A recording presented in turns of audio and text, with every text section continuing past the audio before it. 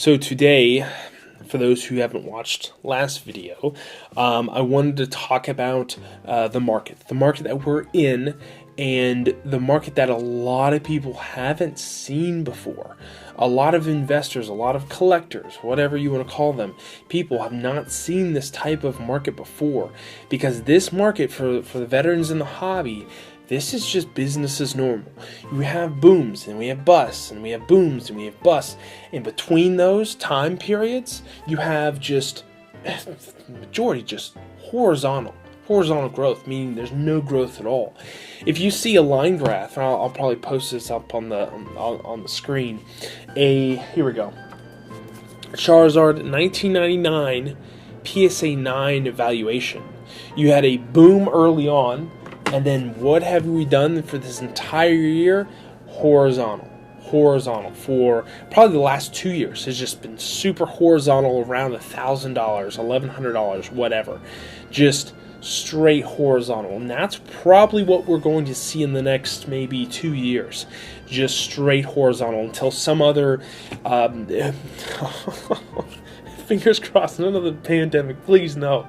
But maybe another a spark of interest somehow in the hobby of Pokemon, and that would be better for a lot of people.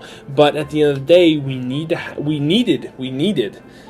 this pullback of prices, this pullback and back into normal normal business as normal, pretty much.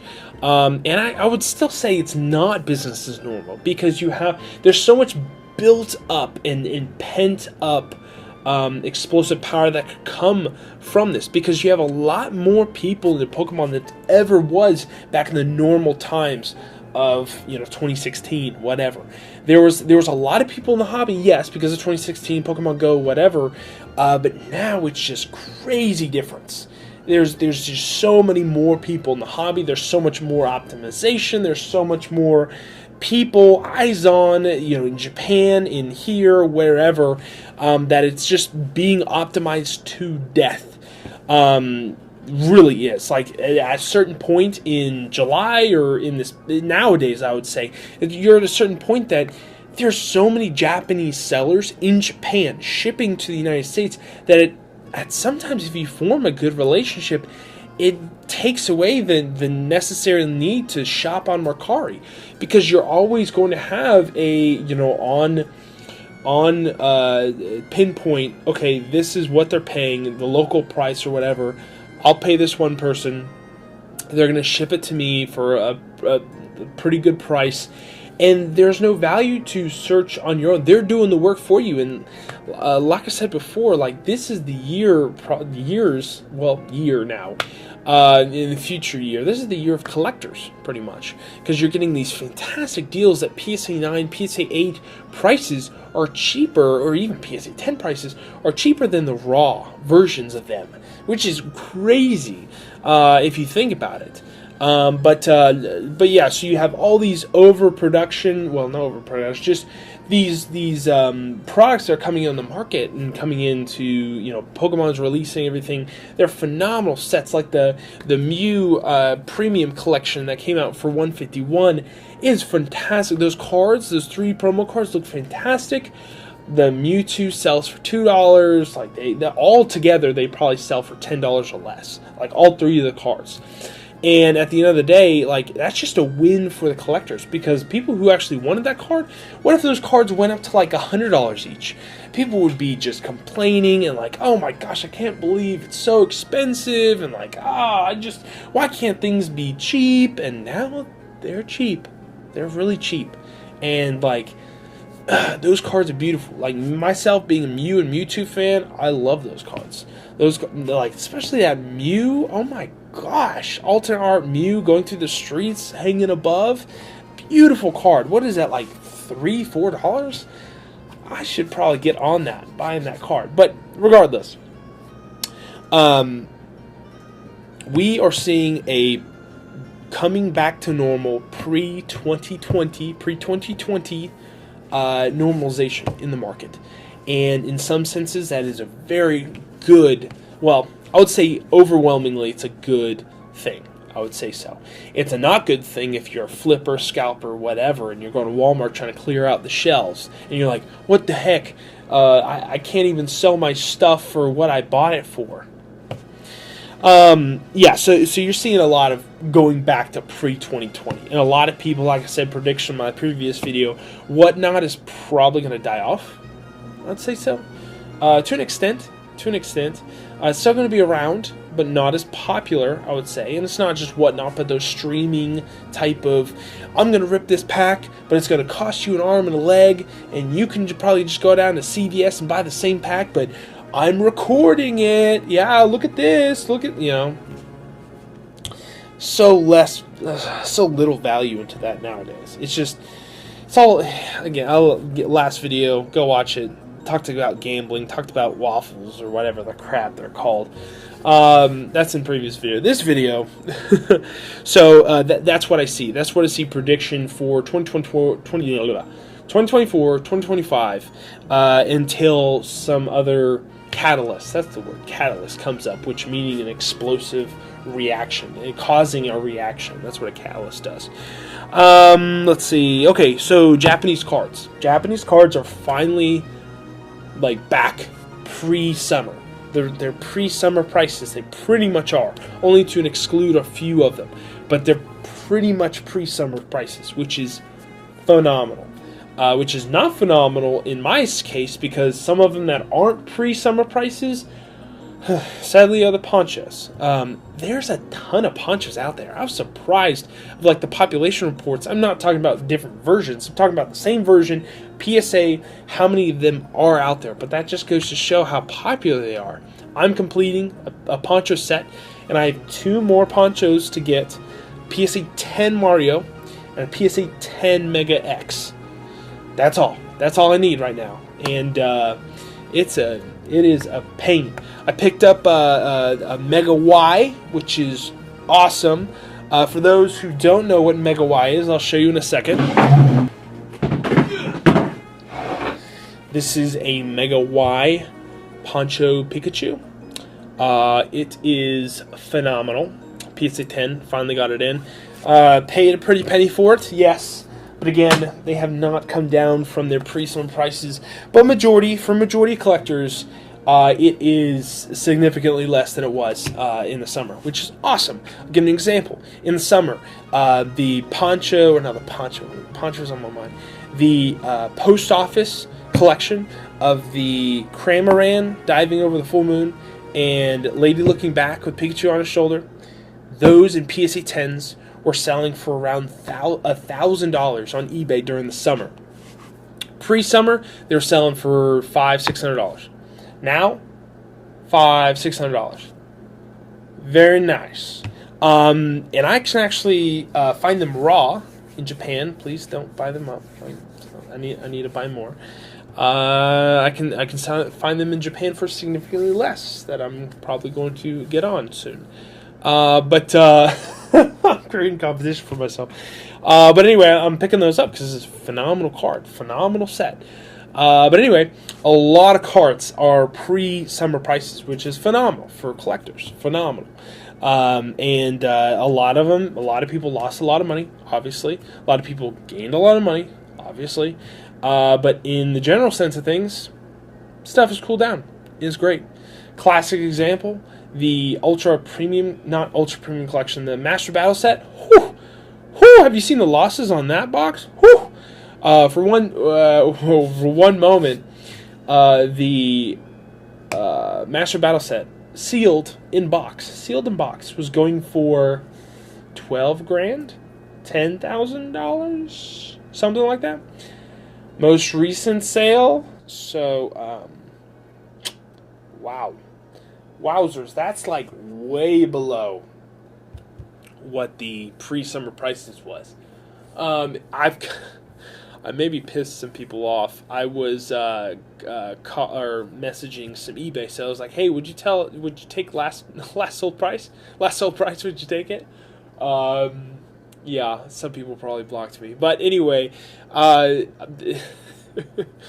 so yeah, some have skydived, because the whole premise of that Callus or whatever was like the waifu craze or whatever the crap, and all that kind of stuff, and probably pre-summer prices, probably even pre-summer and less.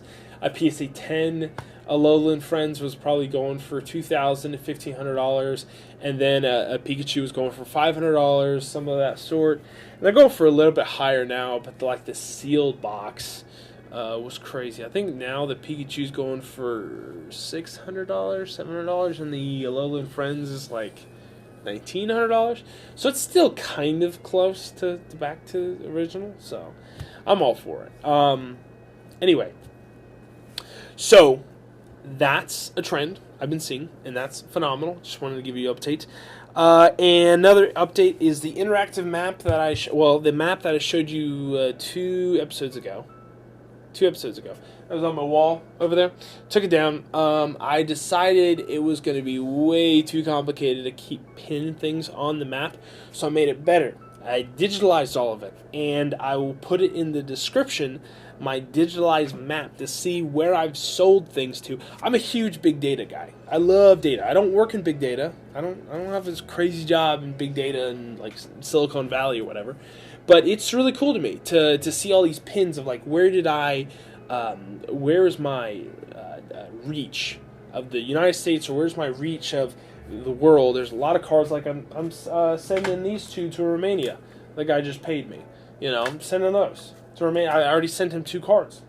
Sending 2 more to Romania. Really cool. So I just love seeing the reach, where I have influenced, where I've sent my packages to, and I'll put that in the description if you wanted to see that and see where all the little pin dots are on. And the last thing I wanted to talk about, big pooper, stinker pooper coming up. TCG coin collecting and coin grading.